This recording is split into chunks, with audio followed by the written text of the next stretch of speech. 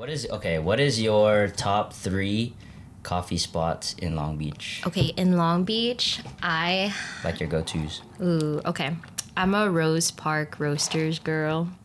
Never been. I love the location on 8th and Pine, although I think most people know about the one on 4th Street.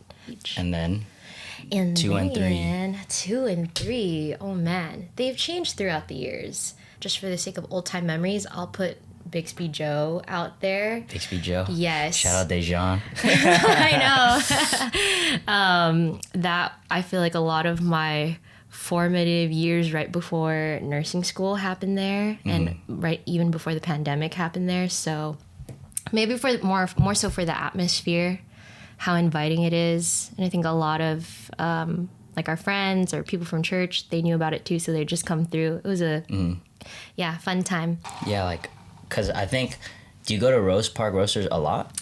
I actually do go to that one in downtown a lot, specifically for one, I love their maple lavender latte. Yeah.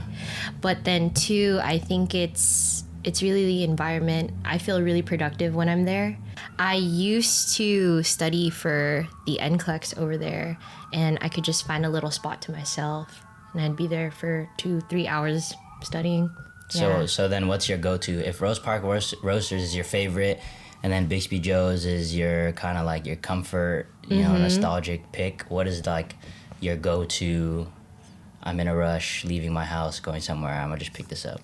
Oh, okay. The go-to is gonna be the Starbucks across the street. Okay. But that's purely for convenience. Yeah. I'm not gonna lie, lately, and shout out to my boyfriend Francis, but he's been he's been really great at being the coffee plug. Nice, so nice. Okay, that's valid. Usually we go to I really like Cassidy's, of course, the 421. The 421. And then my favorite coffee of all time is Honey Haze from... I don't know where Honey Haze is. No, it's a coffee. Honey Haze from Phil's. Oh, from Phil's. Honey Haze is from Phil's. Is my favorite. Phil's is down the street, but yeah.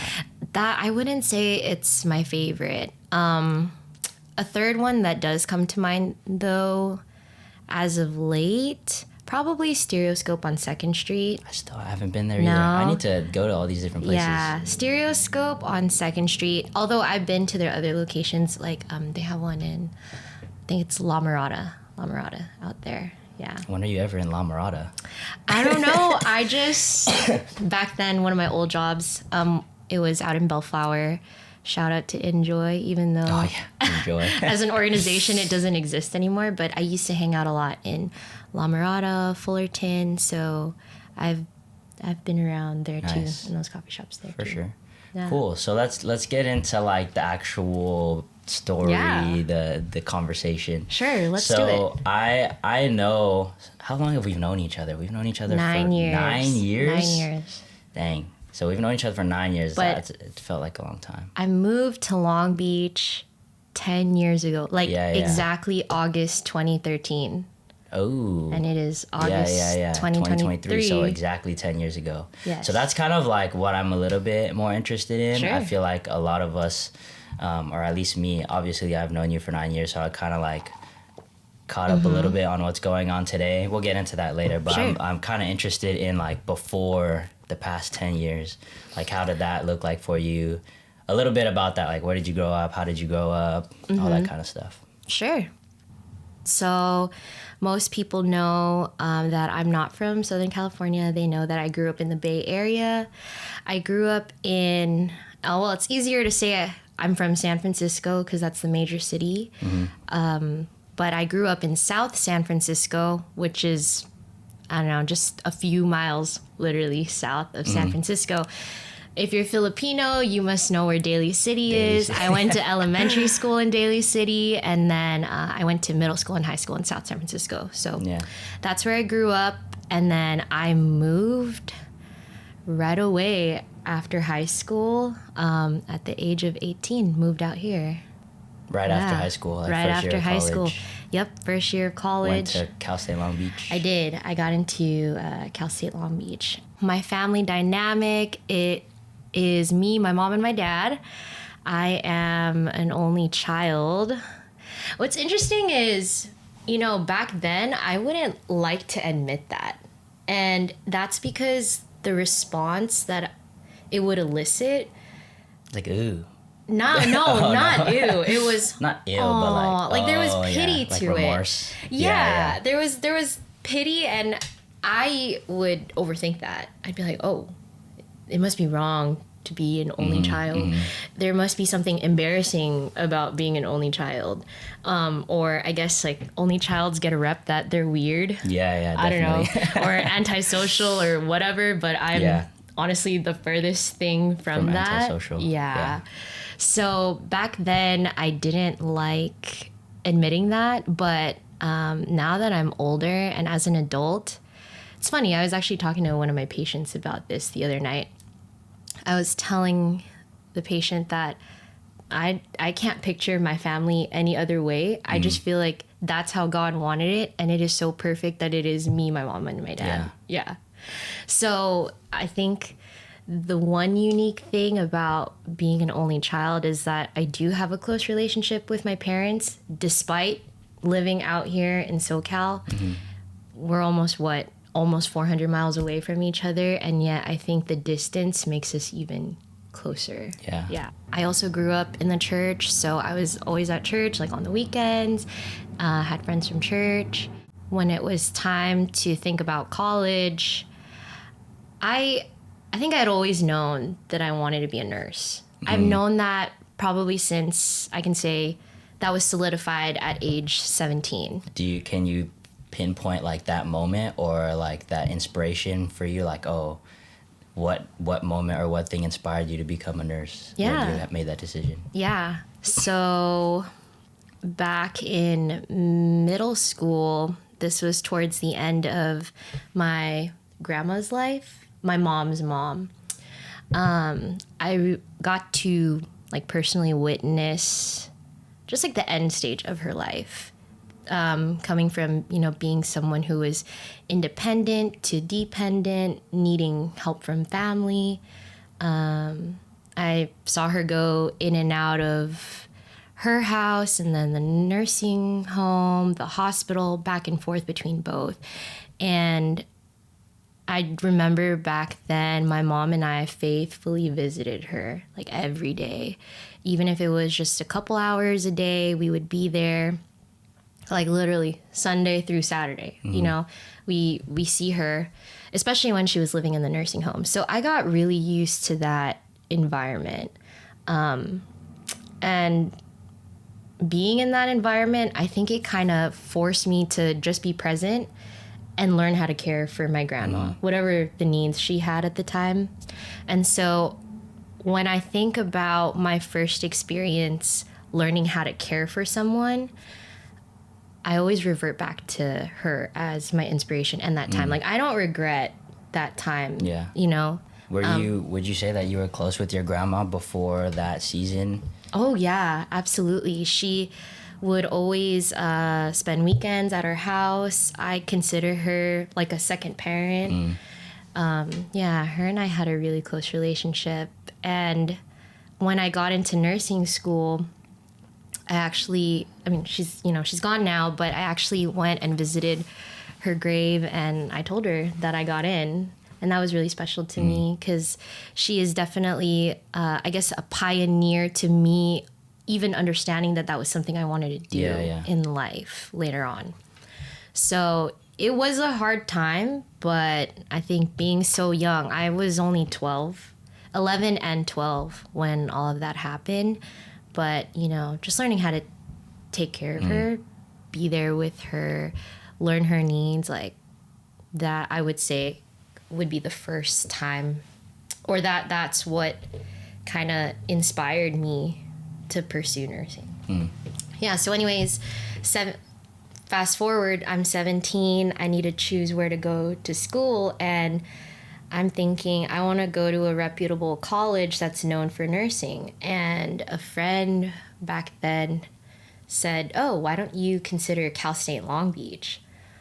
I didn't even know where Long Beach was. I remember I had to look that up on the map. Where is that? And so I looked into the school a little bit. I sent in an application.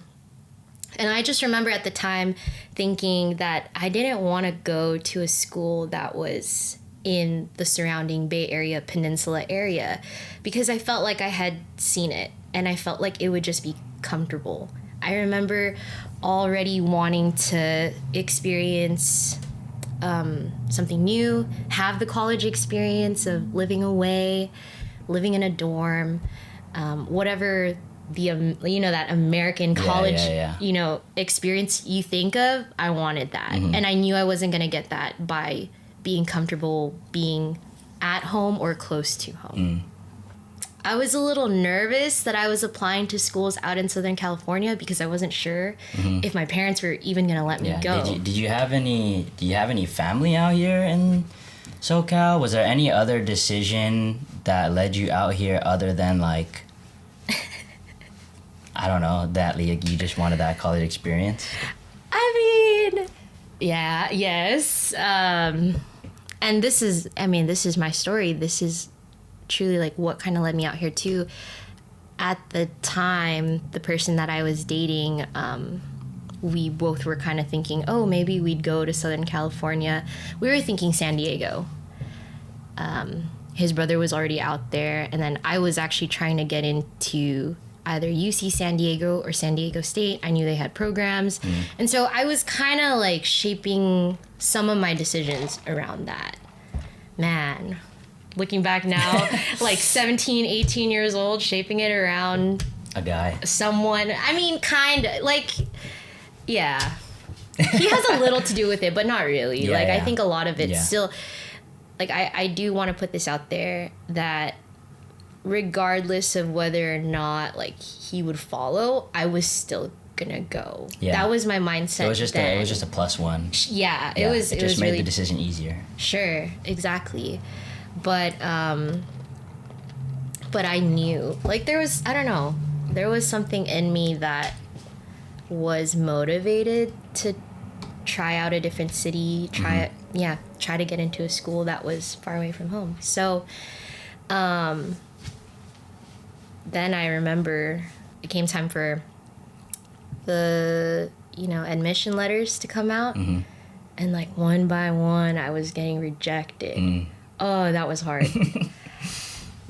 UC San Diego, no.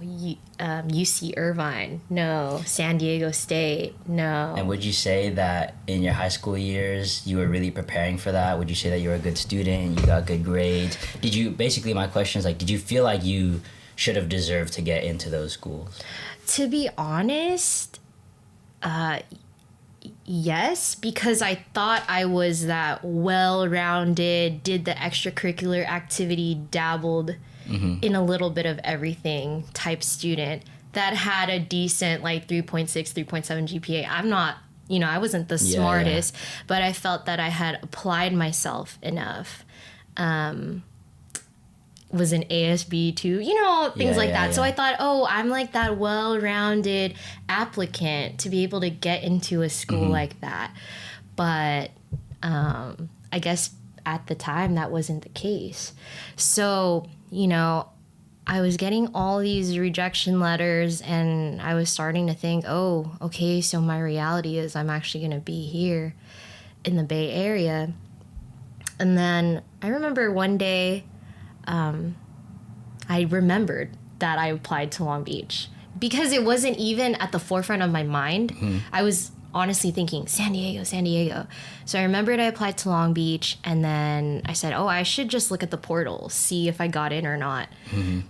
And then I had missed my acceptance letter that they accepted me. And so obviously I was like super excited that I got in. Told my family. Was that your first acceptance letter that you got? Yeah, it was. And it's funny because I didn't actually get in for pre-nursing. I got in for like molecular physiology, but just just to like get myself and get my foot in the door. And so I remember telling my parents, and they were like so kind enough to drive me out here and check out the school. And man, I still remember April 2013. Yeah, we took a trip out here. I remember we went SoCal, St. Long Beach, took a drive around Long Beach, went around to see the Pike. And the Pike, what it is now, did different. not look, you know. But I just remember, I remember that. And, you know, as we were going through the campus, my parents seemed super excited. And then suddenly, like, all this fear, I don't know, I had all this fear in me. Then I started to think maybe I shouldn't do this. And then I had about 3 weeks to decide if I wanted to go. I remember being a college senior in my room back at home, and I felt like this confidence that it was going to be okay if I moved. Yeah, that's kind of like what I'm interested in, because a lot of the factors that we already kind of touched on would, on paper, make it hard to make that decision. For example, like, you're an only child, right? So you didn't have any older siblings or any other siblings to kind of like look after, like, oh, they did this and oh, it was okay. Not only are you an only child, but like, yeah, your family would be very far away from you. And then being a freshman in college, I don't know, did you drive around the time? I already had my license, but I didn't have a car when I moved out here. Yeah, so then like you really didn't have a lot of access to go back to your family. Yeah. And then you didn't have any family out here. But then on top of that, added on, like, you're a girl. So you'd have to navigate all of that, being a girl alone in a city that you're not really familiar with no family. So that's a little bit what I'm interested in. Like, how were you able to finalize that decision of like, okay, I'm gonna just take the leap. I'm just gonna go with all of these things going against Sure. me. Yeah. Sure. I think one thing that made it easy was that I had the full support of my family, and then the person that I was dating at the time, friends, close friends. And also I had a friend from high school who was going to Cal State Long Beach. She actually approached me, said that she had heard that I got in, asked me if we wanted a dorm together, and we ended up being college roommates the first year. And actually a third year too. So I think all those factors helped push me to just take that leap of faith and do it. At the time, I had this mindset that if it didn't work out, I would just move back. I also had this mindset that I'm just going to be there for 4 years and then I'm going to move back. But I mean, After, was that 6 years later? I know, exactly. Like, yeah, we're here 2023 and I'm still here in Long Beach. Yeah. But I can't picture my life any other way.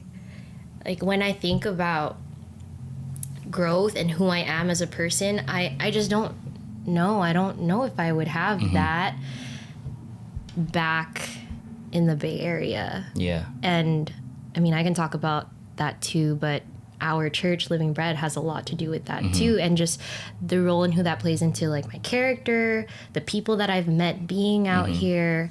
You know, it's not just school that has given me a foundation to live my life out here. So, yeah. Yeah, that's very interesting, again, because a lot of the characteristics that define you are things that I'm not familiar with. Like I said, being an only child, being a girl. And then one thing that I was kind of interested in too is I know that you were really close with your family, so I'm interested to hear on like how that was for them letting you go, because I know, just speaking on my family and stuff like that, it's really hard for them and to like see your kid go away and stuff. Sure. So I'm a little interested on how that was for you to like, or for your parents to like be okay with that. Like, what conversations did you have? Like, how did that look like? Okay. Well, in terms of our dynamic as like parent-child, especially now as an adult, I feel that we have kind of strayed from that parent-child role to really being friends. But as far back as I can remember, I've never really hid anything from my parents. Like, I've been super open with them, and because of that, I do think that gave them some sort of sense of peace that I'd be okay. But then also, being an only child, I think, has shaped me to be an independent person. I mean, yes, I have relied on them, but also I feel like I wasn't ever the one to like stick so close to them, depend on them, like hide behind them in like a shadow, you know, like I've never really been the shy type. Yeah.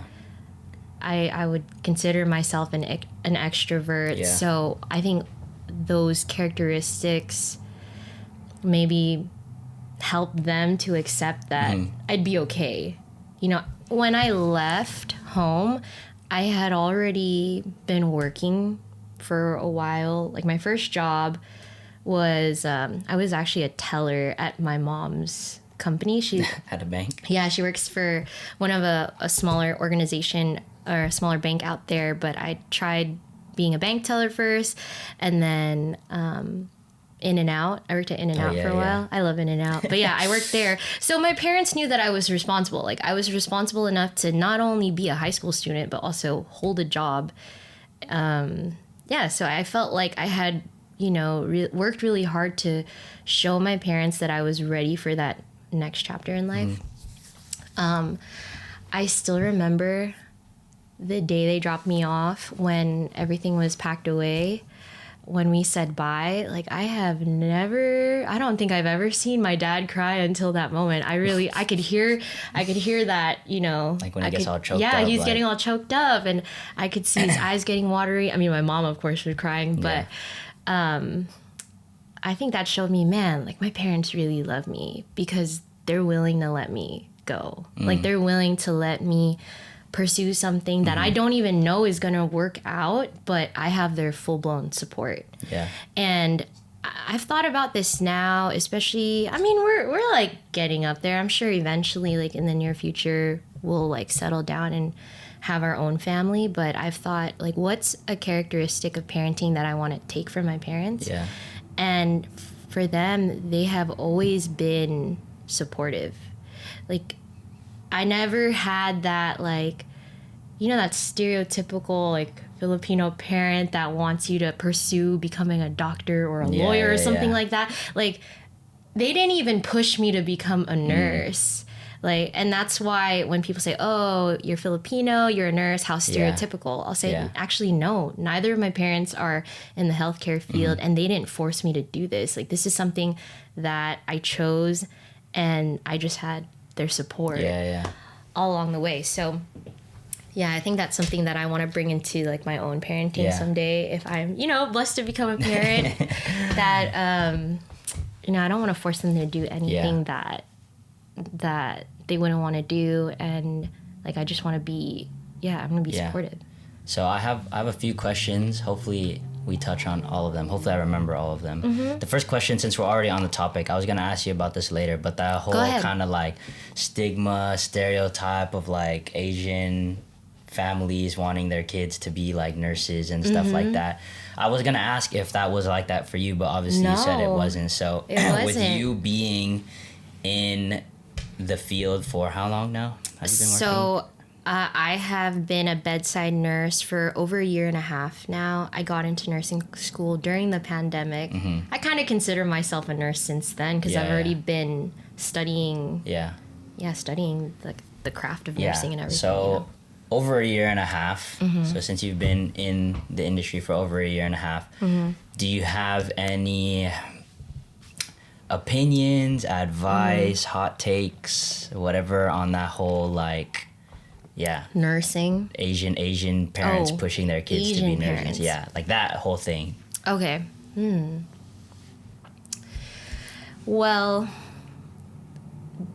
being on my being in the specific unit that I'm in, I do have a little bit more Filipino coworkers there who went to school in the Philippines and then came to America and became a nurse. I would say their generation, and I'm talking, these are your titos and titas who are already like in their late 40s, like early 50s. What they have shared with me is that at the time they didn't know what to do, so their parents instilled in them to pursue nursing because of the stability, especially immigrating from the Philippines to America. I think the difference with us, being born here, growing up here, is we have so many we have options in terms of what we want to major in. And so again, since my parents didn't come from a healthcare background, I wasn't pushed to pursue nursing solely because of that. When I talked to my parents about what I had wanted to do, I mean, I had their support in pursuing nursing as a career. And because they saw how close I was to my grandma, I think they could see those qualities in me too. Like, oh, we can see her, taking care of someone. They saw that you can probably succeed in that. Yes, yeah. So when we're talking about the whole like Asian aspect of being pushed into the the medical field, I don't fall under that stereotype. Yeah, but the hospital where I work, I will say like a good majority of my coworkers, not just the nurses, but also the providers there, the doctors there, and the specialists are Asian. Yeah. But that, I mean, I'm not really sure if that has to do with the area that we're in. Yeah. But maybe that common, common culture that Asian culture that we share, that could definitely be a part of it. I like how you pointed out that it was the generation that immigrated here that didn't know what options there were, and then it started from them. Because I kind of did have that question of like, why is it like that? Like, why do Filipinos, I know that Filipinos like are just in their character are known to be more hospitable, and obviously that goes really well in hand in hand with industry. Nursing. With nursing and stuff, it allows them to succeed and to do well in the industry. But apart from that, I did always wonder, like, why is it that Filipinos and Asians are always like pushed, like, oh, you should do it, you should do it. But it was insightful to hear the whole like, oh, when they immigrated, they didn't know what they did, so their parents told them to be nurses and stuff. I definitely think it's generational. Yeah. And just in terms of, I don't want to just make this about nursing. Yeah. Like for us right now who, like our age, 20-something, career-driven, whatever you're pursuing, what I've been hearing from the generation before is, I wish that I still tried something else. Yeah. You guys, like, that's how they refer to us. You guys, you millennials, don't get stuck. I mean, for me, the advice is don't get stuck in the unit that you're in or just being a bedside nurse. You can pursue other things. Nursing is, there's a variety of jobs that you can have or things that you can do with it.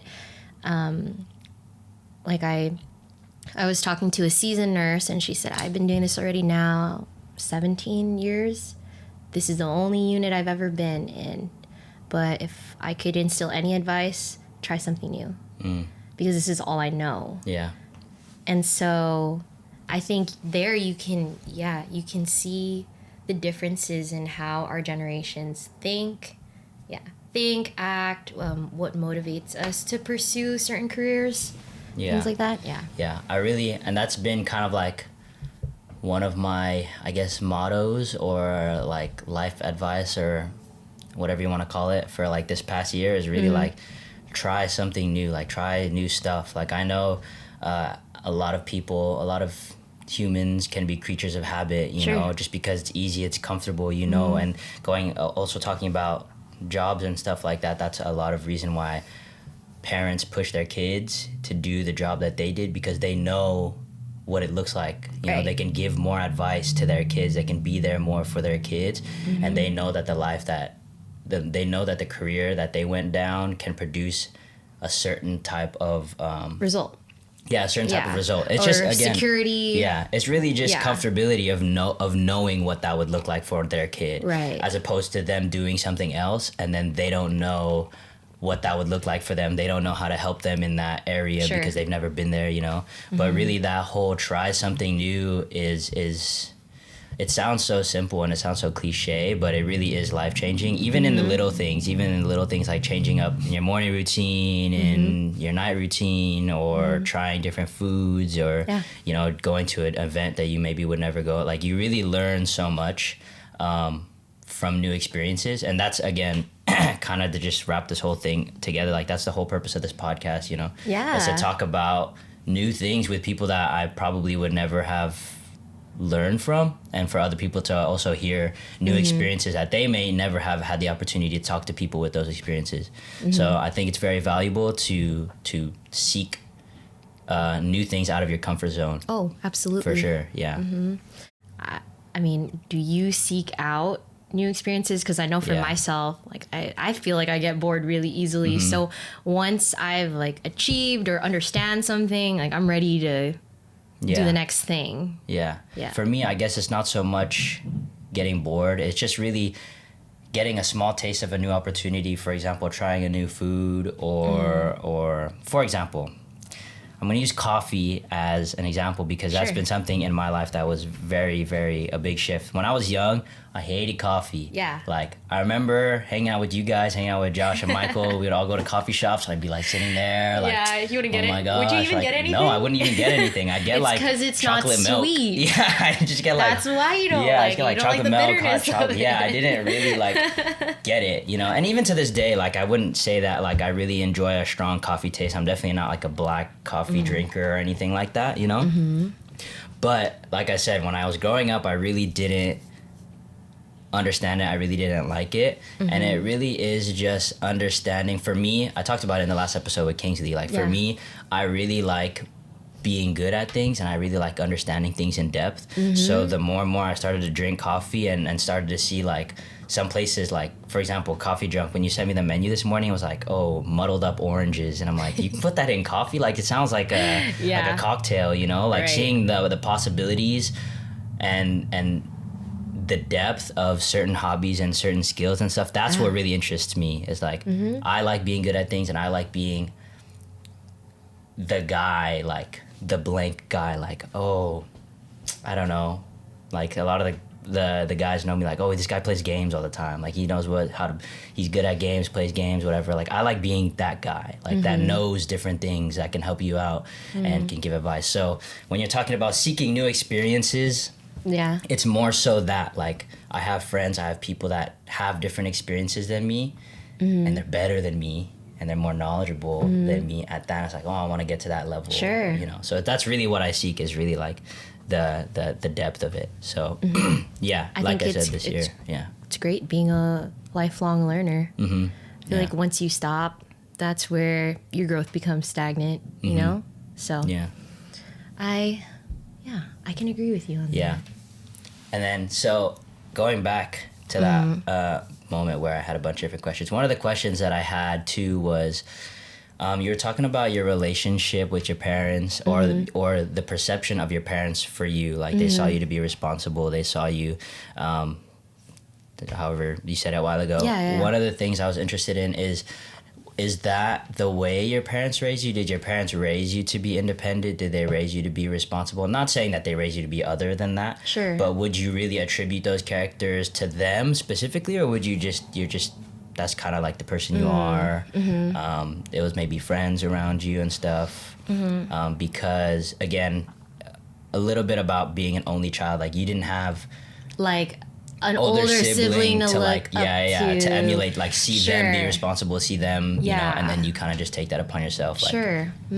Okay. Let's see. When it comes to my mom and dad, like, I think where I get that, like, perseverance to work hard, the perseverance to be integrous, to always show up, I think, I guess we're talking about work ethic. Like, I definitely saw that from them. Both of them hold jobs that are 5 days a week.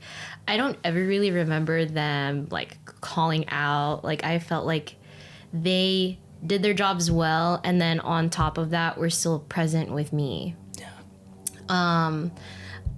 In terms of, like, who I spent more time with, I would still say that was my mom, because my dad worked longer hours, but I definitely have characteristics of my personality that are like both of them. If I were to say who I'm most like, think my personality is more like my dad. Like we're both pretty extroverted, like have friend groups, like dabble in different activities, things like that. But the characteristics that I wish I had, like I truly wish I was, it's in my mom. But that's why I think opposites attract. In addition to like what you have. In addition to what I have, like I wish I had those characteristics. But I think like at a young age, my parents did instill, like I said, good work ethic, the ability to persevere, and then being responsible. Like they didn't do things for me.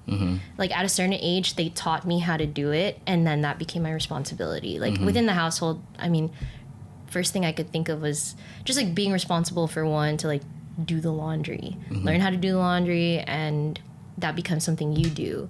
Okay, and then the older I got, it's like learning how to like make simple meals for yourself, and then after that it was like learning how to keep the house tidy. These are your specific set of chores that you need to do. I mean, we all have that, right? But then as I was getting older, like I wanted to take on more, and that's when it was me, not necessarily them. Like I learned how to drive at 15 and a half. I remember the second I could bounce on getting one of those, do you remember that they have like those student driver instructors?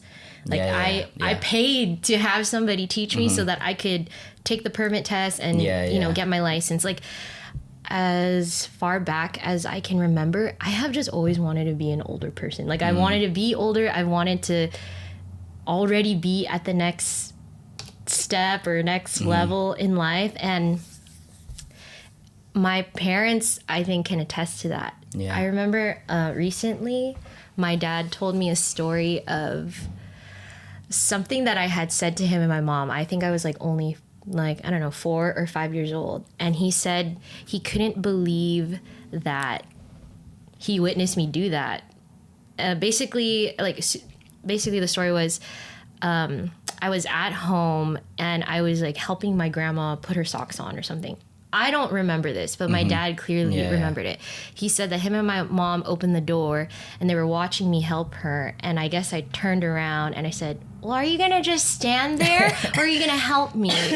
And my dad said that he was so shocked that like a little 4-year-old had those kind of words in her.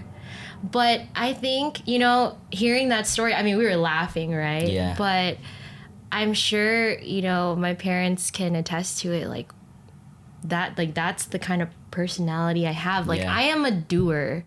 I do serve people, and those are things that bring me a sense of purpose. And it's just been that's just me. Yeah. Like I said, I don't even remember that story, but even my dad like saying that, it's funny because I feel like that is exactly who I am. Like a helper, someone who serves others and does it well. Like that's who I am. Yeah.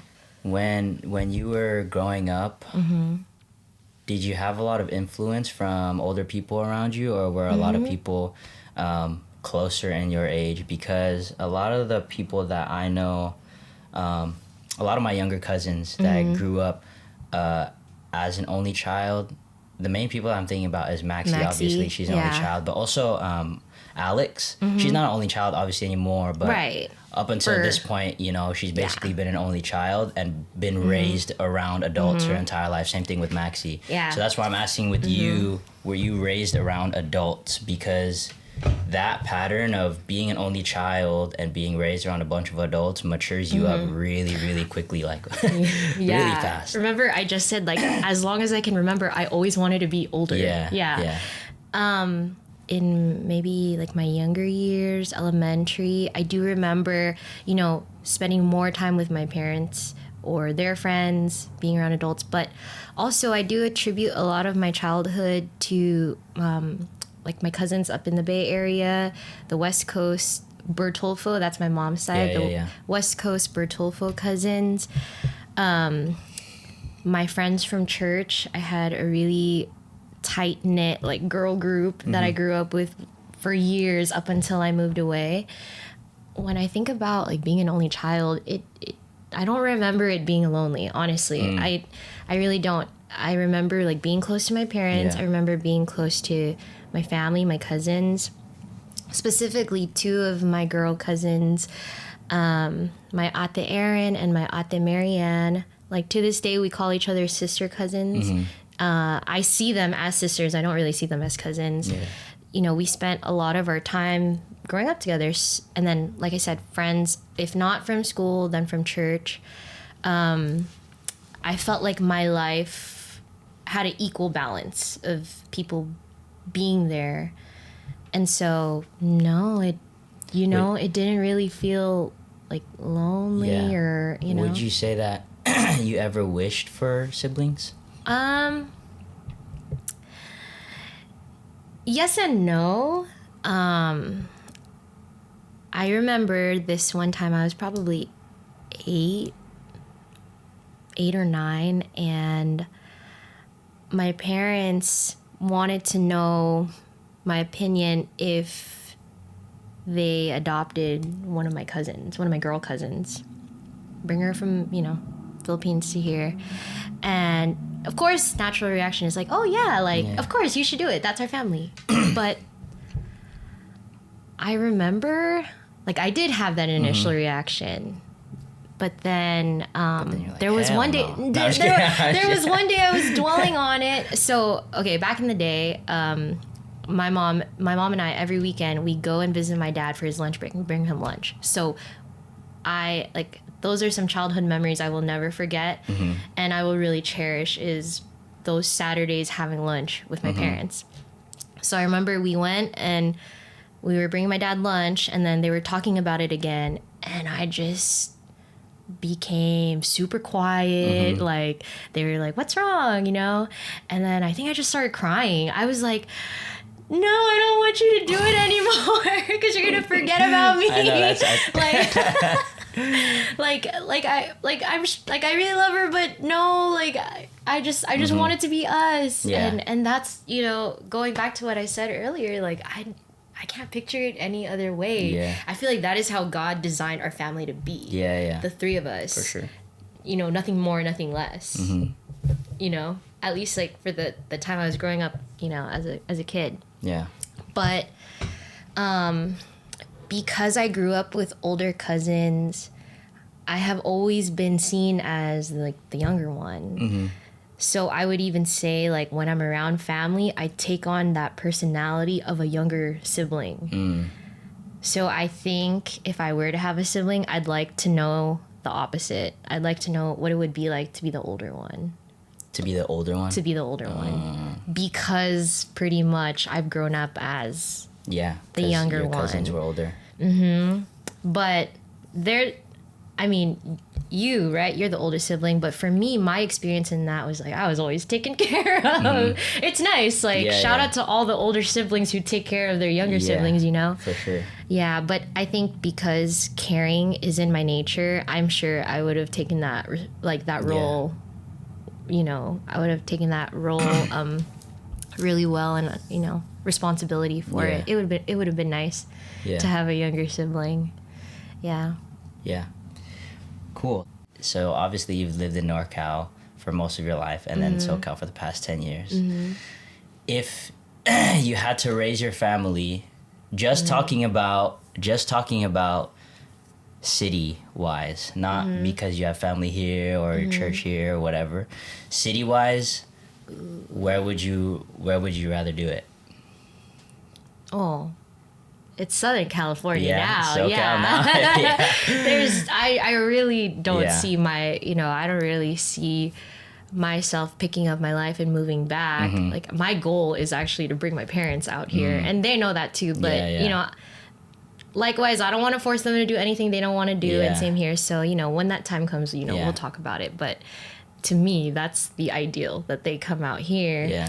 But like, for my own future family someday out here in Southern California, I would still really love to live around this area. I mean, I love Long Beach. I'm okay with staying in Long Beach. Maybe Cerritos or Los Alamitos. I don't know. We'll get to, you know, I'll get to it when the time comes, but here. Do you have any like concrete reasons as to why, Like when you think about both places, it's like, oh, I couldn't do it in NorCal because XYZ, or I really want to do it in SoCal because XYZ, or it's just, you feel, it's just kind of like a gut feeling. I mean, especially being established here now, that is, for one, a big factor about it, right? I'm established here in terms of my career, my social circle, and just, I love living out here. Other than the traffic, you know, but I've gotten over that. I would want to raise my family here.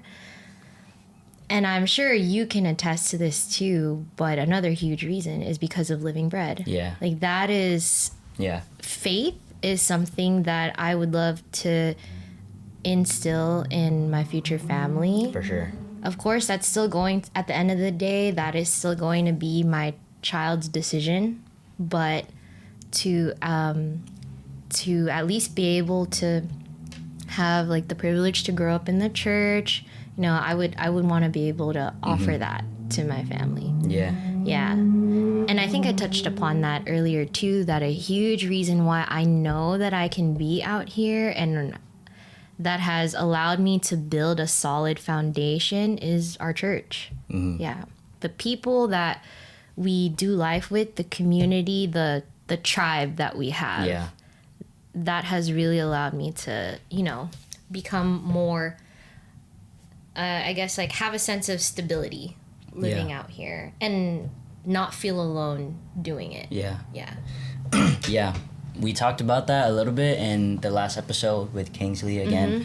He just posted a clip, I think it was yesterday. I think it was yesterday or maybe About the day close before. friends? Yeah, about the importance of having close friends, you know? And I think just you retouching up on that again is just shows the importance of having a community around you. Oh, yeah. Whether that be a really tight-knit family or a really good close group of friends or whatever that may be. I think we as humans, we're created to be social creatures, you know? Yeah. Like, I mean, there's definitely extroverts and introverts and, you know, some people really do like being alone. But I think, in my personal opinion, I feel like we as humans can perform to the best of our ability and we strive when we are able to be around like-minded people, are able to have a community, even for the people that are introverts, you know? To have your kind of community of introverts, you know, people who kind of understand you or get you is still super important. And I think a good group of friends or a good community can greatly change the outcome of your life or like change the course of your life for sure. Oh yeah, absolutely. Yeah. I think that community is something that I prioritize. Yeah. Or have a lot of value in when I think of what's important to me. And I love that word, community. I think it's important to have that.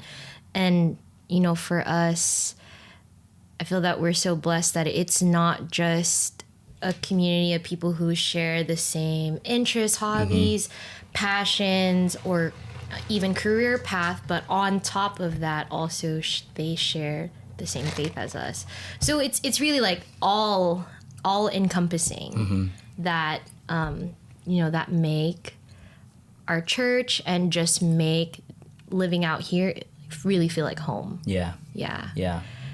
I still say that I have two homes. Like I'll still in ways like rep the Bay or rep SF and just say like I love that I came from there because that is the first 18 years of my life. But I also love that I have lived the last 10 years here too. That's a part of me now too. Yeah. My really good friends, like my best friends from high school, they still make jokes like, oh, when is Irene gonna move back? I'm like, never. When are you guys gonna move here? Like, I'm not moving back anymore. Yeah. For me, I've only really lived in SoCal, so I can't really say anything about anywhere else. I visited NorCal just, I would say basically for the first time, was it like last month? Weeks ago, like last month or something like that. And I would say I could never see myself living there. Yeah. Okay. Because the city is just, in my opinion, it's just, I don't know. I'm gonna get so much heat from like my NorCal friends and stuff like that. Do you have NorCal viewers? I do. Well, I mean, I have a lot of friends from NorCal. When I went to APU, a lot of them were from the Bay Area and stuff like that. And I do have really close ties with people in the Bay. Yeah. And of course, I mean, you can have your own opinion. It's okay. I mean, people in the Bay, I think, are also very, very proud to be from the Bay. I think more proud to be from NorCal than SoCal people are proud to be from SoCal. I can agree with that. Definitely. Yeah. So I'm not trying to step on any toes, but for me personally, I don't know. Again, I was only there for like a weekend, so I guess it doesn't really count. Yeah. Of whether or not I can see myself living there. But that's why I asked you, who's lived there for a really long time, and you, who's also lived here for now a pretty good amount of time. Yeah. Which would I choose? Yeah, and why? I would still say SoCal. For one, I feel like there is way more to do out here than the Bay, the peninsula. Like San Francisco in itself, if I'm not mistaken, it's 7 miles west to east, something like that. But it's really small. And then other than that, you got to cross the bridge to hang out somewhere. Yeah. When I first moved out here, I had to get used to traveling 20 minutes. Where I'm from, I can get there in 10, 15 minutes. I probably don't have to take a freeway. I don't have to sit in traffic. In NorCal. So though, like I kind of mentioned that earlier, like I had to get used to the traffic out here. Like here in SoCal, you got to drive. You need to have a car. Yeah. At least in the Bay Area, there's BART. There, I do think that the bus transportation system is good out there.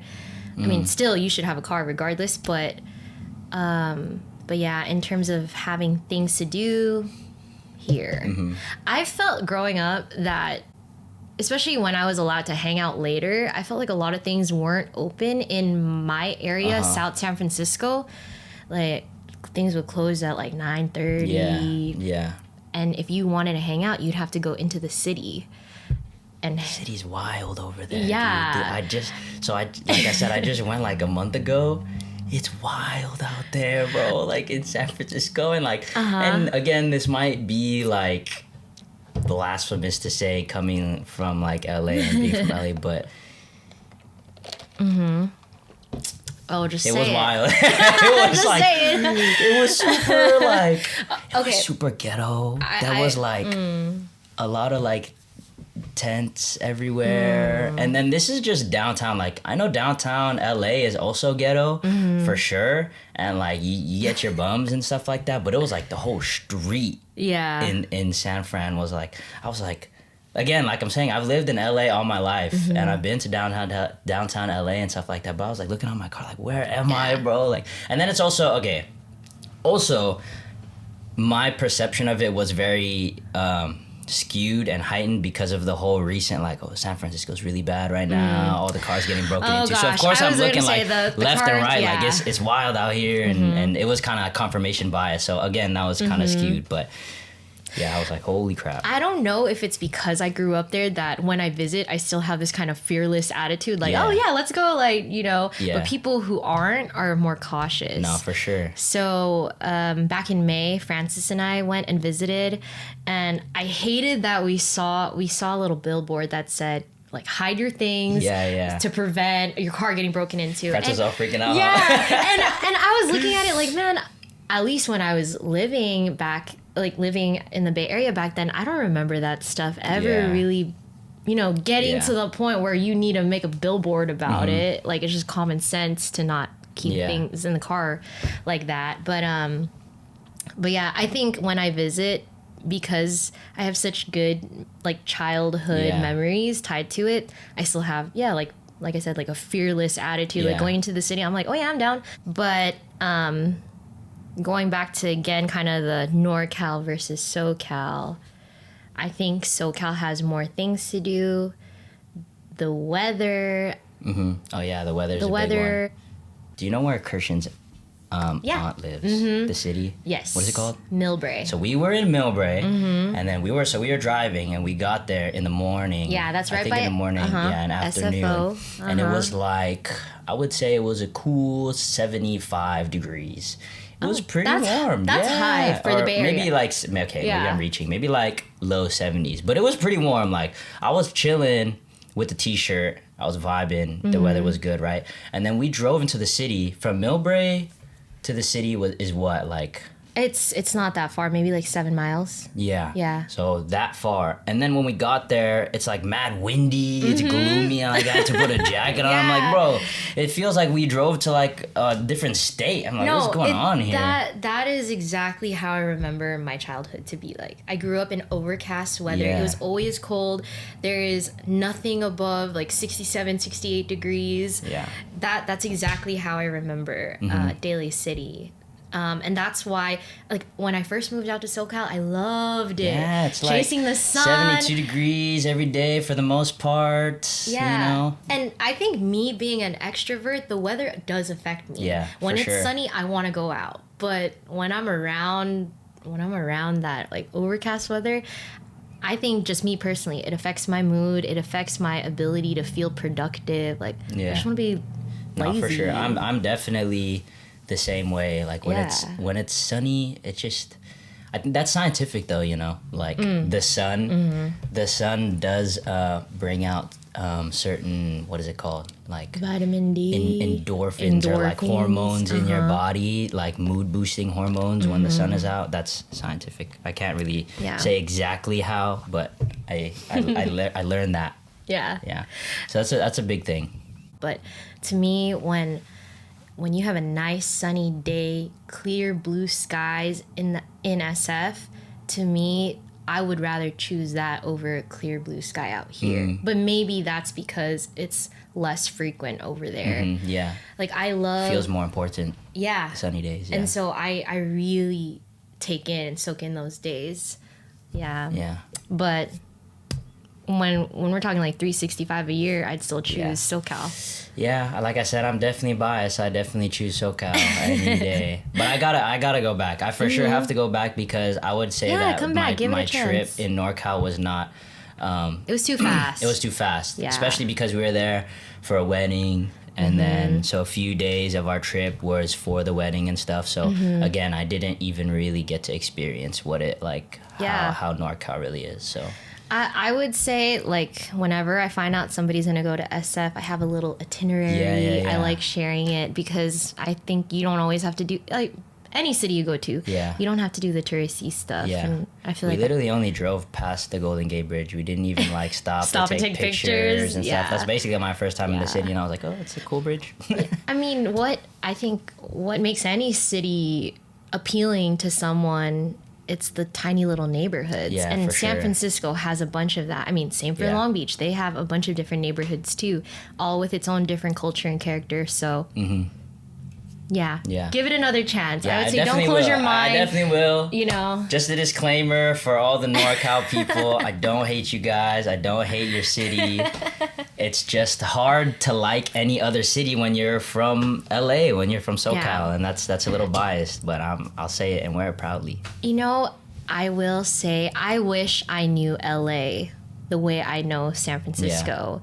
I feel like with San Francisco, like if I'm bored and don't have things to do, I'm like, okay, I know to go here to thrift or here for coffee or whatever restaurant. We should do this, take this way, but I don't know LA like that. I know Long Beach like that. Yeah. I just don't know LA like that. And then that's another thing too, is that when I went to college and I started meeting people that weren't from California, I would always tell them that, I'm from LA. But then you meet somebody that's from LA and then all of a sudden you're not from LA. If you know what I mean? You know what I mean? Like exactly what you're saying. Like we know like South Bay, like Carson and San Pedro and Torrance and Long Beach. Like we know that really well. And the nice thing about SoCal and the nice thing about our area is that exactly what you're saying. There's so much to do. So much. There's so much to do in such a small area that even though we're in LA County and we're part of LA County and we're, I wouldn't say that LA is like downtown LA is close. Like we don't really go there too often because there's enough to do where we're at out here already. Yeah. But that's what I'm saying. Like it's interesting it was interesting for me to grow up and telling other people like, I'm from LA, and then drive to downtown LA. I'm like, no, I'm not from here, bro. Like I'm not from here. Yeah. And of course, you know, I mean, I think it has a lot to do with growing up in like a suburban residential area versus growing up in a downtown city area. Yeah. And then exactly what you're saying too, like if I had I was just thinking, like, if I had cousins from the Philippines come and then they're like, oh, you know, take them out and stuff like that, like, I wouldn't know where to go in LA, like, you know what I mean? It's Aside really more from, so just our area of like, oh yeah, this place is good to eat and stuff like that. Aside from like the really big stuff that you can find on Google, like Griffith and the Getty or whatever, Santa Monica Pier. But all that stuff is like super obvious and it's cool and stuff like that. But exactly like you're saying earlier, like what's really interesting is like the small places. It's you're the not neighborhood. gonna, It's the local shops. Definitely, for sure. Yeah, and then I also like what you touched on earlier about the whole being from NorCal gives you kind of like when you're from an area, you kind of feel comfortable no matter what is like, I don't know, maybe like no matter what's on the news about it or like with the whole San Fran thing, since you're from there, it doesn't scare you as much when you're like, you know, because when we went with, so we were out there for a day in San Fran with Kirsch and Nav, and then it was Daph and I, and then we drove into the city, and then we were like freaking out, like where do we park? Like everybody take all your stuff out the car, and I was even saying like maybe you should just like because we took Nav's car and her windows are kind of tinted, and the back I was like maybe you should just like because I seen this on TikTok, I was like maybe you should just roll down all your windows, like just keep them all rolled down because if you have nothing in there, heard of that, if you have nothing in there, there's no like. They're not gonna steal your car. Like they're just looking for stuff, and if it's tinted, people are gonna get curious. And I've seen it on TikTok. Like just roll your windows down. So I was like, maybe you should just roll your windows down, keep them rolled down. But I mean, we were fine. Nothing happened. Good. I'm glad. Yeah, we were fine. That's what I mean. Like just having this fearless attitude. Like I don't know. Yeah, and then again, the same thing when Daph moved here for the first time. You know, driving around. South Bay and then even in LA, of course she's like not as comfortable as I was and stuff, and she's like, oh, maybe this place doesn't look that nice and it's a little sketch, and I'm like, dude, it's not even that bad, like it's just Carson, bro, like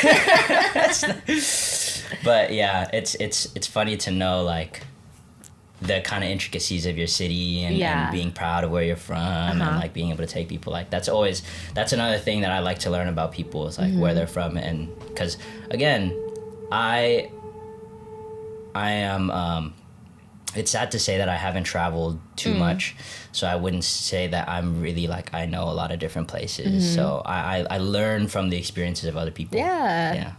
Don't say it's sad. You'll have, I'm sure you'll have more opportunity to travel. I think actually, like speaking of traveling, that's something that I'm trying to make more of a priority now. Especially like being done with school and just working, like I want to make that a priority. I mean, obviously it has to be planned out and whatnot, but checking out different cities and just seeing what else is out there. Because you went on you've been on 2 solo trips to New York. I did. I took my first one was in 2021. I took a solo trip out there, and maybe because, like I said, like I grew up in San Francisco area, like being in another city, like I'm okay. I feel like I know how to get around, fend for myself, and to me it's fun. It's fun to travel, try new things, see what the hype is about some places, and then make other spots memorable to me. Could you say that you see yourself living in New York? Will that ever be a... Maybe me like 2.5 years ago, but me now, and I just went to New York back in June, but no, I don't think I would move out there. Not anymore. Not being in like my late 20s. I think now my mindset is a little different. I know that the actions I take now, the decisions I make now are going to affect my 30s, affect my future. So probably not. Yeah. The next thing that we can talk about that I'm kind of interested in is a little bit about your work and stuff. I guess really explain your job. What do you do? Really quickly sum it up maybe in like a sentence or two. Yeah. For those who listen to Sandra's podcast, let me just debunk the whole poop being thrown at you. I was like, I heard that. Yeah. I was listening to it. I was like, oh man. That's why I had to text you guys like, hey, though. But unfortunately, it does happen. It happens. Okay, so like I mentioned, I'm a nurse. I work in telemetry, but since my hospital is pretty small, we kind of have like a step down direct observation aspect to our unit. So I consider myself a cardiac nurse. I work with cardiac patients who are either going to go into surgery or need some sort of diagnostic test to see if they will require surgery, medical intervention, etc. So that's what I do in a nutshell, but I am a bedside nurse. Repeat your question after that. So now you know what I do. Now that we know what you do, what is like the highlights of your job? Not like, oh, my hours or my pay or whatever. More so like different moments that you had that either is like, A, like, oh, wow, I really, really love this job and I really like what I do. Or B, just like a wholesome moment you maybe had with the patient or a coworker or something like that. The good side of it. Yeah. Because we probably hear enough about the bad, which is we'll why... get to that eventually. Yeah, which is why all those nursing meme accounts are out there. But anyways, yeah. So what makes my job enjoyable? You know, for me, I think patients who are just like really grateful and express their gratitude, who don't treat me like... honestly like a servant. Those are the patients. Of course, it's a little easier to be compassionate, to go the extra mile. But regardless, my mindset should and I try to always have is, I'm gonna treat this person with as much empathy as I can, with as much compassion as I can. Put myself in their situation, because at the end of the day, nobody wants to be in the hospital. What makes work wholesome? We have a high turnover for our patients. Within 2, 3, 4 days, they're out and we see somebody new. But we do get cases where we see patients who stay there for weeks, maybe months on end. And for me, it's the progress that they make, whether it's in the mind of I actually want to get better, I want to change my lifestyle, and my goal is to get out of here and return back to my normal life. Like, to me, that's really like, that makes being a nurse meaningful, because the way I see it, when you're in the hospital, that's a really vulnerable time in your life. It's not only vulnerable, but at that point, as a patient, you're kind of helpless. You need to ask for help. There are things that you won't be able to do to take care of yourself that, of course, like healthcare professionals will be able to assist you with and help you with. There are a lot of hard days. There are days filled with loss. There are days filled with annoyances. I mean, there's no sugarcoating it. As a nurse, you meet a lot of different personalities. And like, I'm still learning. When I think I've already encountered a certain type of person, another patient will surprise me. And so I think, especially now being in bedside for over 1.5 years, I'm really trying to change my perspective on, it's like another 12-hour shift. Like, this is really long. And I'm not going to lie, like, it's hard when you have difficult patients who make your difficult job even more difficult. And just make the shift unenjoyable. But again, like I said, really having this perspective change or this mind shift change of like I'm helping you, I'm serving you, and so I'm gonna try my best with like the human strength that I have to be empathetic or to be compassionate. It changes the dynamic of the shift. Like, I realize when I start conversations with patients or try to understand them and meet them where they're at, they soften. Like, they let down their barrier, And, you know, I really get to know them on a personal level. And for me, that's what makes work impactful. Like I said, we have high turnover, so I don't always see the same person over and over and over again. So I always see it as an opportunity, me taking care of them for that 12 hours or for however many days. Like, let me make it meaningful. Now, I'm not going to act like I always going to work with that attitude. No, some days are just hard. Some days I just have to be there because I need to be there, you know.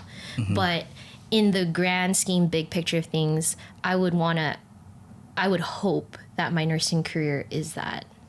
Because at the end of the day, I know that I'm people oriented, and that if I really choose and shape it to be, nursing will not be about me. It won't be about like pay or whatever, but it really will be about service to others, which I feel my life purpose is to serve others and to do it well.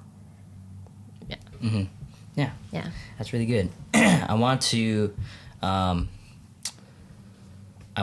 go back to that kind of like good, purposeful, meaningful stuff at the end of this whole work talk, because I don't want it to end on like a let's note. get into so the nitty-gritty. we can get onto that. I can and then spill it all. Yeah, we'll come back to that, because I am still interested. With that, but you talked about like some patients that make your job more difficult, and I think obviously in any job there are people that make work difficult and stuff like that. So I guess we can start off by just a memorable patient and kind of like that the more difficult spectrum. Like how did that look like for you? Yeah, we'll start there, and then. There isn't any one, because I've encountered it enough times already. But specifically, like earlier this week, I remember I actually called it the shift from hell. So you've been working, you know? Would you say that was one of your most difficult shifts? Yes. And in the sense that, like, on top of the patient's condition, also their attitude, like, made it super difficult. I think, but here, like, I've kind of seen this patient enough now that I can kind of pinpoint what the characteristic looks like. It's someone who wants things their way and their way only. Yeah. And either they constantly seek you out, they need your attention, don't understand that they're not your only patient, you know, on top of that. It's really that's what makes work difficult. And honestly, sometimes we get patients who are really mean and can like kind of verbally abuse us, but you know, needless to say, that's what makes the hard days the hard days. And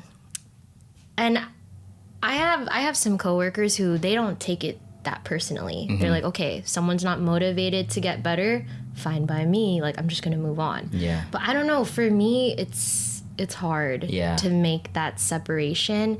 I don't know if it has to do with, you know, the type of work that I did previously. Yeah. Which was I used to work with adults with disabilities, so part of that was, you know, helping them and empowering them to become their best independent self, or the best version of themselves. And then I can say you can do the same thing for nursing. Like, you can help a patient, you know, be better, not just get better, but also be better in terms of their lifestyle and health. But some people, like, really, they just don't want to change. And my patients they're older, you know, they're 70, 80, 90 plus. So their habits are formed, and it gets really hard when they don't, when they don't. Would you say that some of your patients desire, or like lack of desire to get better, do you feel like it has some kind of impact on the way that you see your own performance? Meaning, like, do you feel like when they don't want to get better, in the back of your mind, it kind of is a reflection of your ability to help them? That's a good question. I think at the core of it, no. Like, that's really going to be their own personal issue of whether or not they feel motivated to get better. But again, me having an opportunity to be impactful, Yeah.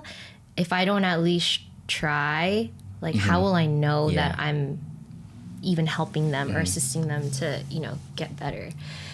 That's what I mean. Like, I can go into a shift, and not to say it's a waste, but I can do the things that I'm, you know, skilled to do, XYZ, go through a shift and call it a day. But then also there's like a call to action to act, to like really help a patient. Like, one thing, I want to put this out there. Prior to becoming a nurse, prior to getting into nursing school, I like glorified nursing. Whatever I thought it was going to be, being a nursing student, getting into like whatever hospital you want to work into. I don't know. To me, like, I was like, that's, you know, that's where I want to be. But once I was living it day in and day out, working like these long shifts, for one, something that was hard for me to accept was that, like, working at a hospital, obviously it's patient-centered care, but sometimes it almost is kind of like customer service. And that was something that I didn't know I was stepping into. So that's why I'm trying to say, I'm trying to make my shifts meaningful, so that it doesn't just feel like customer service. Yeah. Because it, you know, at the end of the day, it's not like, you use a lot of critical thinking in nursing, and then on top of that, you have to be empathetic, compassionate. You have to know how to talk to patients, meet them where they're at. And everybody comes from a different type of cultural background, educational background. So yeah, like, you just have to know how to work with, you know, that type of person. Yeah. Yeah.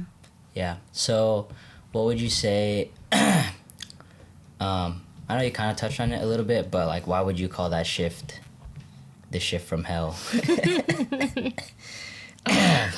Oh man, I'd be at the nurse's station or at my computer, and I can hear the patient calling me by name. And like, at this point in my nursing career, I know what's an emergency and what isn't an emergency anymore. I know when someone just like wants you to be in the room with them for no reason.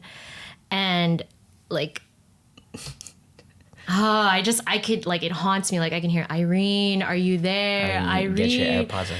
Yeah. Obviously, like, I go in the room, like, no matter what, like, I make sure he's okay. But gosh, like, it was, like I said, a combination of things. The things that was happening, like, patient, like, his condition or status care wise. But then on top of that, it's the attitude that the patient elicits. Like, it's, for me, it's really hard when I know a patient is independent, but then they really, like, want me to do something for them that they can easily do for themselves. You know, like, can you please pull up this blanket for me, or I dropped something on the ground, like something like that. You know, and that's why I say, like, I always, when I think of like my patients who are total care, absolutely like depend on you, cannot, like, can no longer function with their extremities, like, need you to help them, change them, feed them, you know, like, to me, like, of course that's meaningful, because you know, they really need you there. So that's why I try to encourage my more independent patients, you know, work towards doing things for yourself again, because you're not always going to have us there when you're out of here. So would you say that it's more so like the attitude? I mean, you only touched on the attitude, so I would imagine that it's more of like the attitude of the patient than it is like... There's more to it. Yeah, because although patients can be difficult and attitudes can be, you know, and although you guys probably get it more than other people, like I said, I feel like most jobs, if not all jobs, has customers, has coworkers that can be difficult. Right. So the dealing with difficult people, I think, is a little bit, for me, the less of the issue. But I mean, of course, when you're in it, that's totally different. So, like, it kind of amplifies it. Yeah. So that's why I'm wondering is that really the main issue, or is it the gross stuff? Because like I said, the gross stuff is really like, when I look at that job, that's the stuff that's like, yeah, I can't do that. The dealing with difficult people is like, I could, I guess, if I had to, but the gross stuff is like, nah, I could never. You know what's funny is that for you it's that, right? Yeah. But for me it's like the opposite. Yeah. The gross stuff I can handle. Yeah. I know this sounds really gross, but I'm like, any nurse can attest to this. Like, we can probably like change a patient and then wash our hands and then probably go eat after that. Like, you know what I mean? That's why I had to throw that in there. Wash our hands, like clean up, and then, you know, we just go back to business as usual. And it's just like, so normal for you guys. Yeah, it is. Yeah. But maybe at the start of my bedside nursing career, probably what made a certain shifts harder was just encountering something that I didn't know. Yeah. Again, like I said, nursing has a lot to do with critical thinking, and especially when you know a patient is kind of heading south, it feels very stressful because it kind of feels like it's on you. Yeah. It's on you to catch certain things before it gets worse, or, you know, obviously it's on you to make sure that they're stable. Sometimes, like, no, you're right. It's not just the attitude. On top of the attitude, it's the tasks that we have to do and the amount that we have to do sometimes. But I want to say that, you know, our leads at work, they really do their best to give us a fair assignment. And by fair, I mean, out of the 4 patients, you're not just with, you know, you don't just have all total care or confused people, but you might have a total care, but then also you have a few independent people who don't seek or need as much attention from you, so you can give it to someone who might need more, you know. I kind of mentioned it earlier, we have some days with loss, and it actually recently happened a couple weeks ago. I mean, I've been to like a handful of code blues now, but What's that? a code blue is when a patient is either like pulseless or they have some sort of lethal arrhythmia. And so they're not breathing on their own, their heart isn't pumping on their own, and now we have to have some sort of cardiovascular intervention, which is what people know as like CPR or your like defibrillator. Yeah. All of that. You made it look like it was like you're jumping a car. Okay, I just want to say that we have equipment in the hospital now to, like, if you're used to seeing it in like Grey's Anatomy, like the defibrillator, like it isn't pads. That. We have pads that are attached to a monitor that can deliver and administer a shock. Yeah. So, yeah, like we have days where there are losses, patients are on hospice, or patients don't make it after a code, and like those are tough. Yeah. Like your girlfriend Daph, right? Like last week or a week and a half ago, she saw me, like I was just at home after my shift on the floor. Literally laying on the carpet, and I felt defeated. Like we had a loss that night, and that was really hard for me to see. Was that your first? No, it wasn't. But that one was tough to go through. Like we had worked on that person for over 30 minutes and still they didn't make it. And like that's what I mean. Like nursing, you are literally you are somehow in that point in time, you are a person that is a part of somebody's most vulnerable like moment in life. And for that, it was the end of someone's life. Yeah. So I remember Daph saw me on the floor and I was just exhausted. I think emotionally and physically, I felt defeated from that shift because, of course, the loss. And yeah, like they're hard. I think a lot of it too is that at the end of the day, like we think we can save people, but you know, we can really only do so much in our human ability. Yeah. Okay, so really quickly to kind of wrap up your career and stuff like that. I'm interested in like a good, the bad, the ugly type thing. I guess the craziest story, like the craziest moment that you've had working your job, like some wild story or like scariest moment or whatever, and then like a sad moment that you kind of had that like I don't know what you would consider to be sad, either like losing a patient or like really just felt that you couldn't do your job anymore or just felt like really heavy. And then to end it all off again, rounding it on a good note, ending it on a good note, I guess really like what keeps you going. We can end off on that. Sure. So crazy, sad, and then the good one. Okay. In terms of crazy, I will just never forget this one night I had this patient and she was like screaming at the top of her lungs. And I don't know what she sees. And that's what freaks me out, is that she's seeing something in a corner that I can't see.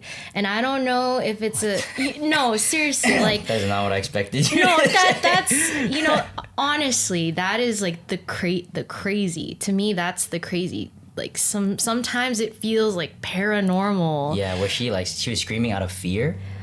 I Or mean... just like screaming because See, she's... this is the hard thing. Like... I don't know, truly, Yeah. at the end of the day. I don't know what they see, what they hear. I mean, this is kind of dabbling more into psych at that point, Yeah, right? yeah. But, I mean, we get patients like that who can see things, hear things, and then it just makes the shift, like, really difficult. So, I mean, I will never forget her just... I mean, imagine someone constantly screaming. Like, you would think at some point their lungs would be tired, but no, she just was screaming at the top of her lungs. I mean, on top of that, sometimes when our patients are, a little older, like I'm talking like 90s, and maybe they're like at the end of their life already, or they're probably gonna go soon, you kind of have that feeling. Yeah. They start to see things. I remember I had a patient who was telling me that she could see someone at the window hell dressed no. in white, and I was scared. We have my certain gosh. rooms in our unit that notoriously patients will say that they can see something. The same room? It's usually like the same room. I'm getting... I know, it's weird, right? It's like oddly spiritual, like, Yeah. but they can either see something or they can hear like kids running around. I know. I don't like it either. My hair's like... Standing up. on, man. Yeah. And mind you, I work night shift. Yeah. So sometimes it's those spooking hours at like 3 a.m. when they start acting no up. way. Yeah, but that, in terms of crazy, it was her. Like, I could never forget the screaming, the way her eyes looked, just whatever she was seeing. Like, because I was at the time I was a new grad. This was my first time encountering what is confused or what is, crazy or psych, just what that kind of patient looks like. So yeah, crazy. And to this day, it still happens. We still get people like that. Yeah. In terms of sad, I think about him. I still think about him often. This is also early on last year. I feel like it's always the first time you encounter a case like that, then you just never forget it. I had a patient who came into the hospital for some left-sided weakness and ended up having a stroke in the ER. So usually, like, when I work my days, I work nights in a row. I work my shifts nights in a row. So I had already been working with him. This was my third night. And I come on to shift and I see that his code status is it changed from full code to do not resuscitate, because everybody has that choice. And I'm thinking, why? Like, why is this person a DNR now? And just unfortunately his condition declined like from the time I had clocked out that morning to coming back that night. And that was really hard for me to see. Now, I thought he was perking up. So just like in 12 hours, somebody's condition can change just like that. That was really tough. And then, eventually he passed. But I think of that person often just because, like I said, they're at like the very end stages of someone's life. It's I don't know, it's weird. Oddly, it feels like an honor to be there at the end of someone's life, to really like be in the intimate moments, you know? So that was, probably one of the saddest moments for me. And then best? Yeah. Like happy moments? Yeah, like, I guess what really keeps you going? Like, what keeps me going? I think what keeps me going is, like, for one, I think it's like a growth factor. It's that if I think that I already know all there is to know, then I'm not in the right mindset. I think there's still a lot to learn within the scope of the skills within nursing, and that's something that kind of motivates me to grow as a nurse, to grow within my team. Because I would say in nursing you have to be a team player. And so part of that is what I've been thinking about is maybe stepping up and leading at work. I don't know what that would look like, but that's something that I've been thinking about more lately. That I think another thing that keeps me going with nursing is that, like I said, I'm pretty like person-oriented, people-oriented. There are a lot of people out there who need help. And in nursing school, I used to say that to me, it didn't really matter what specialty, what unit I worked in, so long as where the help was needed, I would go there and I would be there. So I think that is still why, I still choose to do bedside for however long that will be. I don't know how long it'll be. I'm not sure like what my nursing career is going to look like. I'm still really open to it looking unconventional. Yeah, I am. Kind of bringing it back to the beginning of the podcast, like taking the advice of someone who's already kind of gone through years and years of doing it. Like, don't be afraid to try something. I'm not afraid. I'm actually not afraid to like leave nursing altogether if it came down to that, because I still feel like in terms of like my sense of purpose, what God wants me to do, I think nursing will be like a huge chunk of like my career, but I also feel that there is still other ways that I can serve people, and it's not just going to be in nursing. I think that's a perfect segue to the next question, because I ask this question a lot for a lot of people, but I think I don't know if we've talked about this question before, but it's the question is, if you didn't have to work for money, if you didn't have to work for money, what job would you choose? So money was not an issue. It was really just what job, I guess, dream job, some people might call it, or well, for me, if you know me really well, you've probably heard me say that to this day I still want to own some sort of, either it's going to be a physical coffee shop or maybe a coffee cart, whatever it might be, but I still would like to do that at some point in my life. And this goes back to community. It's not just the ability to sell a good cup of coffee, but it really is to be able to create and elicit community. I love people, and like this podcast, we can learn a lot from others, right? So I want to be able to foster that. So that would be one for sure. Like top of my head. Still a passion project that I would hope comes to fruition someday. And I think like this podcast is a really good example of it. It's one thing to say it, it's another thing to take action and just do it and make it happen.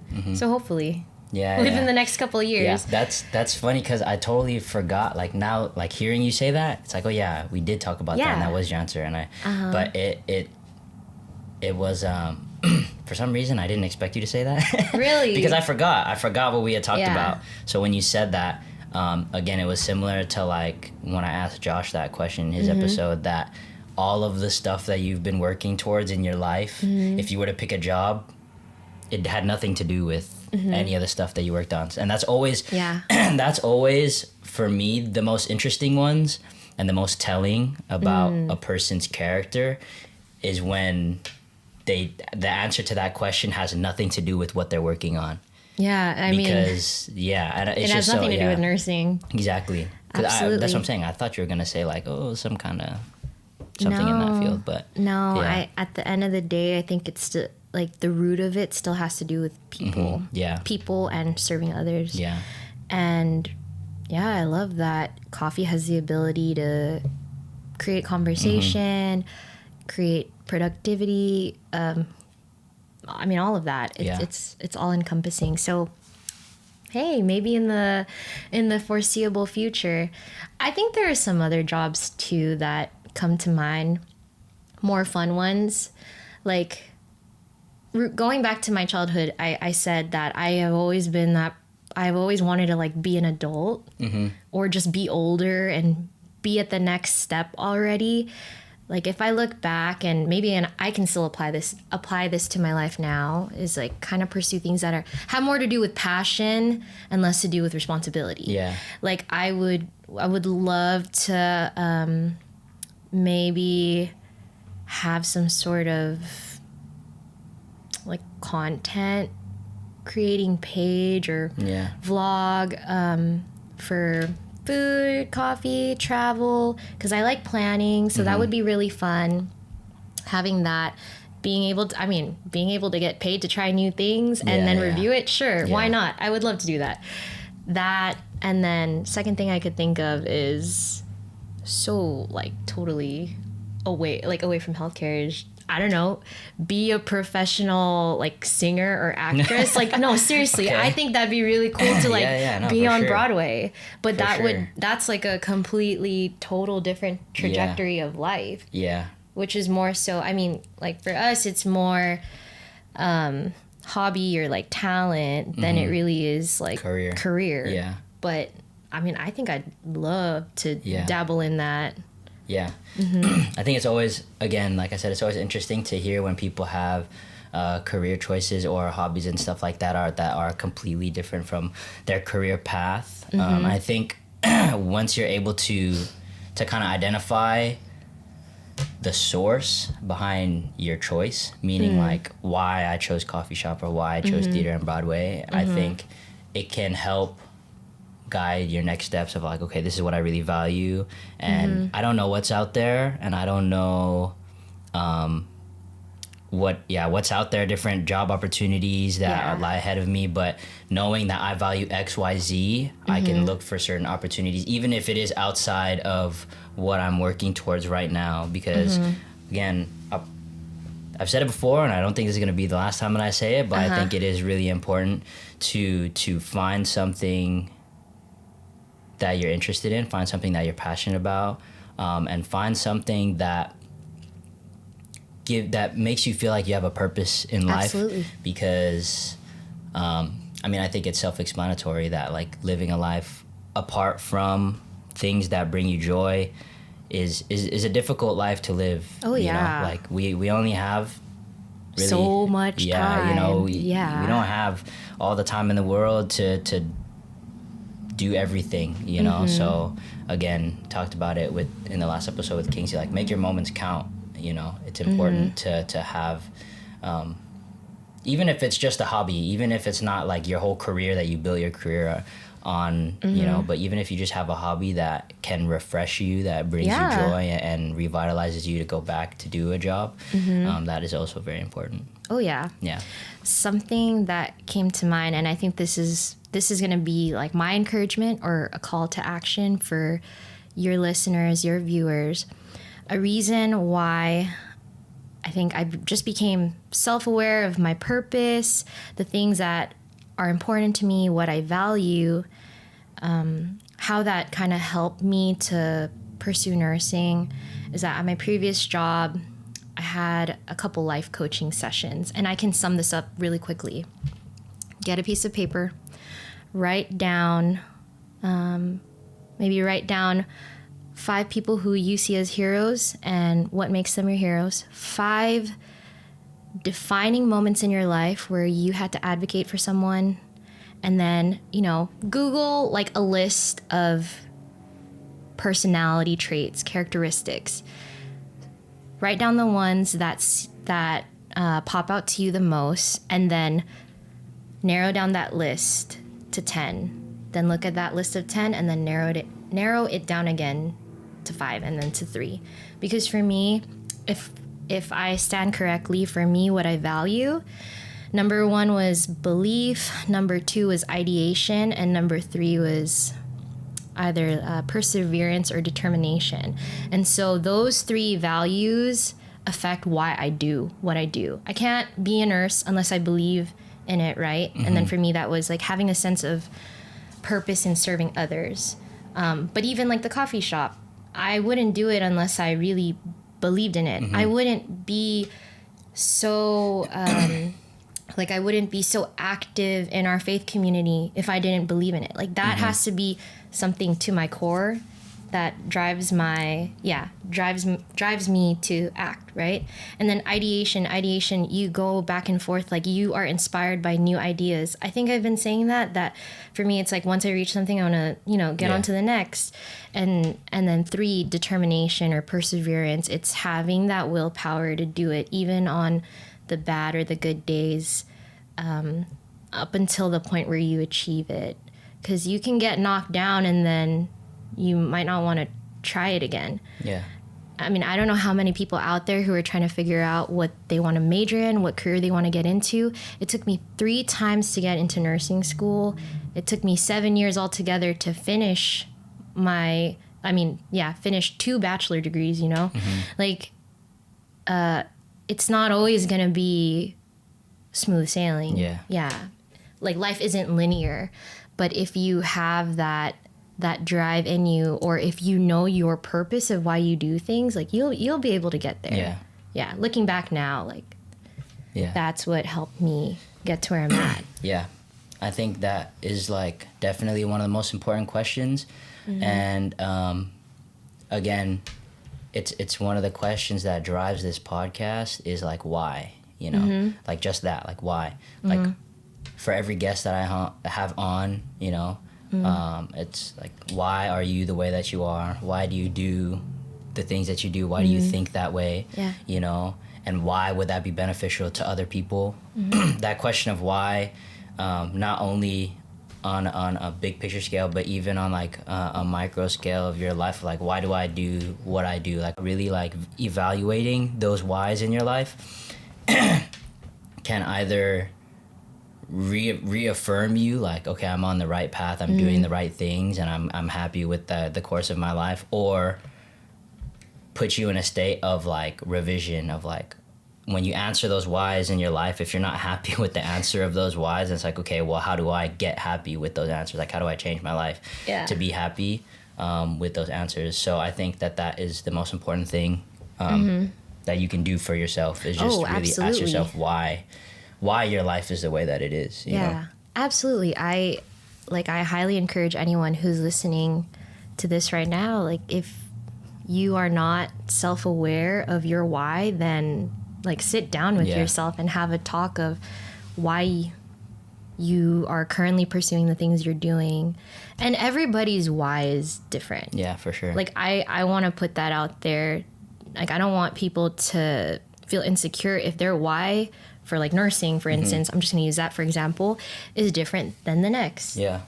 Or even also like certain whys in your life change as time goes on, Mm-hmm. Not all of the answers to your questions are going to be the same throughout your entire life, depending on what stage of life that you're in. Exactly. An answer to the same question may be different, Right. So that is also important to kind of like do that often in your life. Yes. Is to reevaluate over and over again, because, the whys to my life 5 years ago is probably so different to like what they are now, you know. So you know, it's funny how you said like sit down with yourself and reevaluate. I literally brought my iPad with me because I was thinking, okay, after we record this, I'm probably gonna go sit at a coffee shop and just like see like am I at like par with where I want to be, like what's my next step. I don't know, I do that pretty often. And that's very valuable. Yeah. So I'm gonna bring this question up, but I'm pretty sure we answered it already in what we've been talking about, but if you want to give another answer you can. Sure. The question is what is something that has changed your life that you feel that can change someone else's life? And again, if this is it, then that's great. But if you wanted to share something else, you can. Or if there's anything else that you wanted to touch on throughout this entire episode, you can go back and do any of that. Oh, yeah. Well, first thing that came up off the top of my head to that question is really like what changed the trajectory of my life was really my faith. Like prior to even wanting to find like a Christian community, I just thought I already had an idea of who God is, what faith, what spirituality is. Like I thought I knew it all at 18, up until I didn't know it all, you know? So for me, like that's my story. I feel like the trajectory of my life changed when I surrendered, what it would look like. Because as someone who is like, I see myself as like independent, responsible, a planner. Like it's hard when things don't go your way. And it's even harder when I have to like surrender, submit, and just trust without knowing.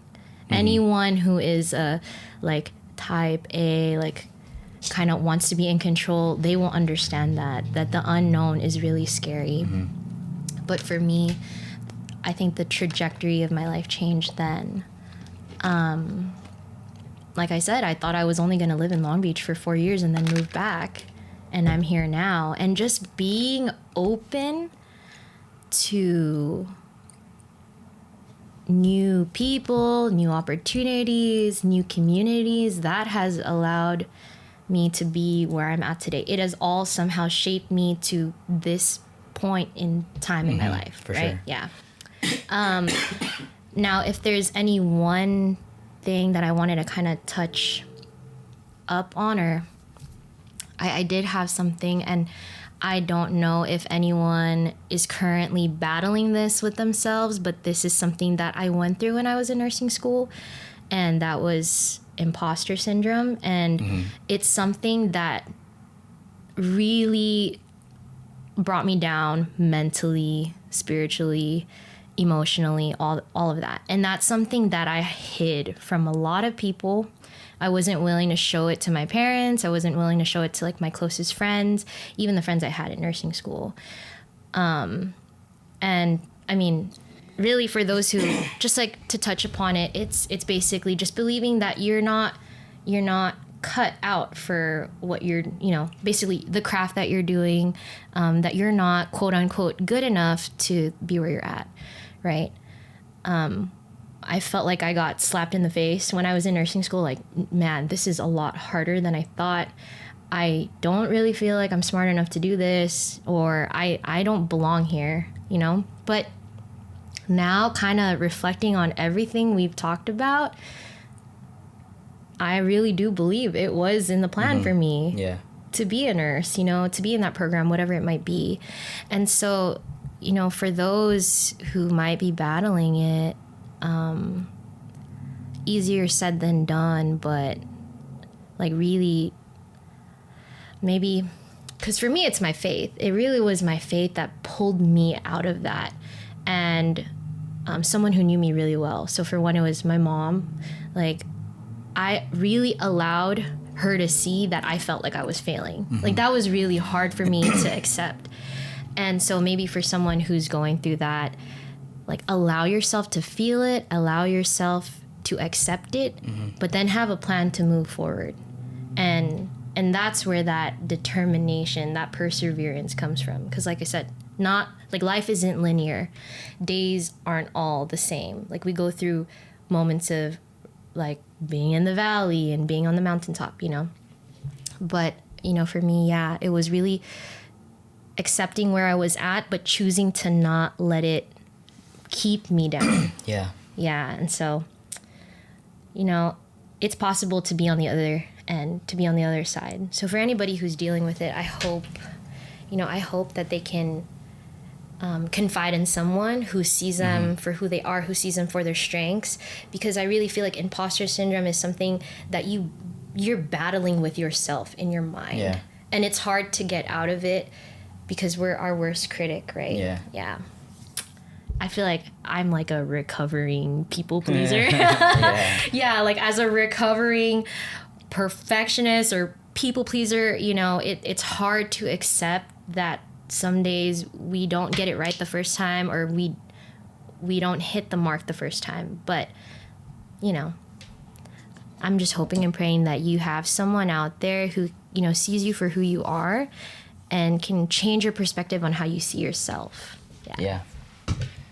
Yeah. Again, I think you touched on a lot of really, really, really good topics.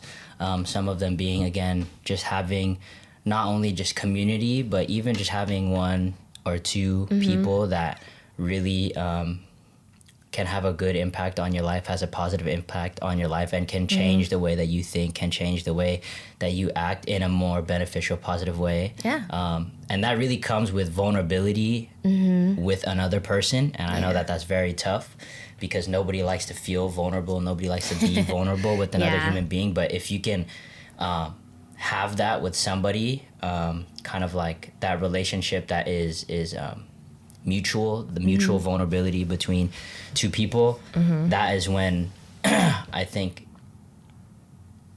a person, not only can the person change your life for the better, but you can do that for somebody else. And that brings, I think, so much joy, not only for imposter syndrome, but any struggles that go on in your mind. Yeah. I think that is a lot of the times the most difficult struggles that people go with is the war that goes on in their mind, because that space that you have in your mind is very, for a lot of people, is very lonely.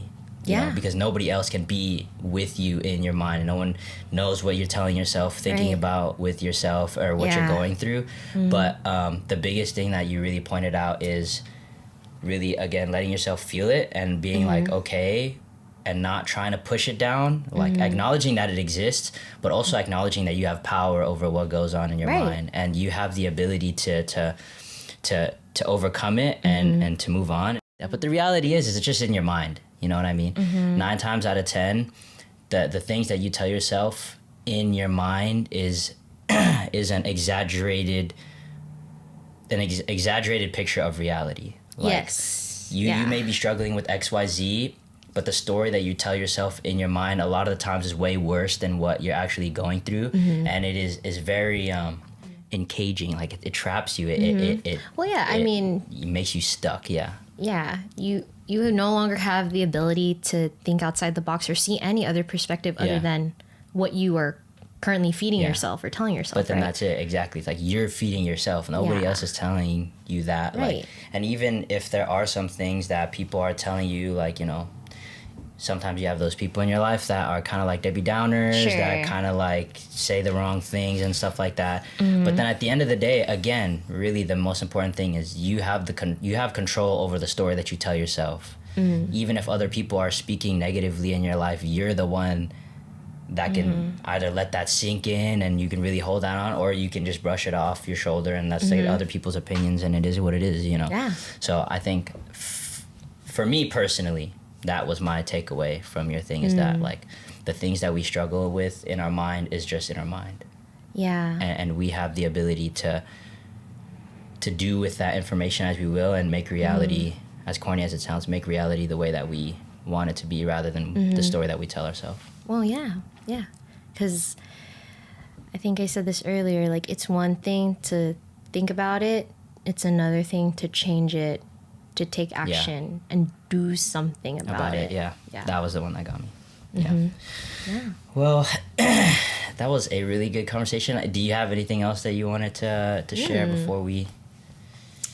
Honestly, no, I'm like really content Yeah. with, with what we talked about today, and my story, or even, just like self-awareness. Yeah. I think that is something that I do feel pretty passionate about, like just helping someone get to that point, being able to change their perspective on like currently what they're going through, or what they would hope to see in their life. Like I thrive off of that. I thrive off of that when I'm in nursing, previous jobs I've ever, I've had. Yeah. So, I mean, I feel really honored that you it was that you asked me. Yeah, of course. It was interesting. The kind of, I'm not gonna get too deep into the thought process of like this episode and having you on and stuff like that, but I am really glad that the way that it turned out, because even though we do have conversations like this more than the average person, our conversations can get really long and really deep and stuff. Even though we've like known each other for 9 years and had conversations like this many times, there's still things that I didn't know about you and your psyche and stuff like that. So I think it's a great example of the fact that what you said earlier is like to be lifelong learners, not only of skills and talents but like learning from other people and stuff. Because we could probably have another conversation 9 years from now and I'll still be learning it'll be different. things, So I think it's really good, the conversation, and I'm really glad that you were able to take time of your busy schedule to be on and stuff. So I really appreciate it. You're welcome. Like, anyways, like I said, this is what I love, like coffee and conversation, Yeah. So thank you for having me. Of course.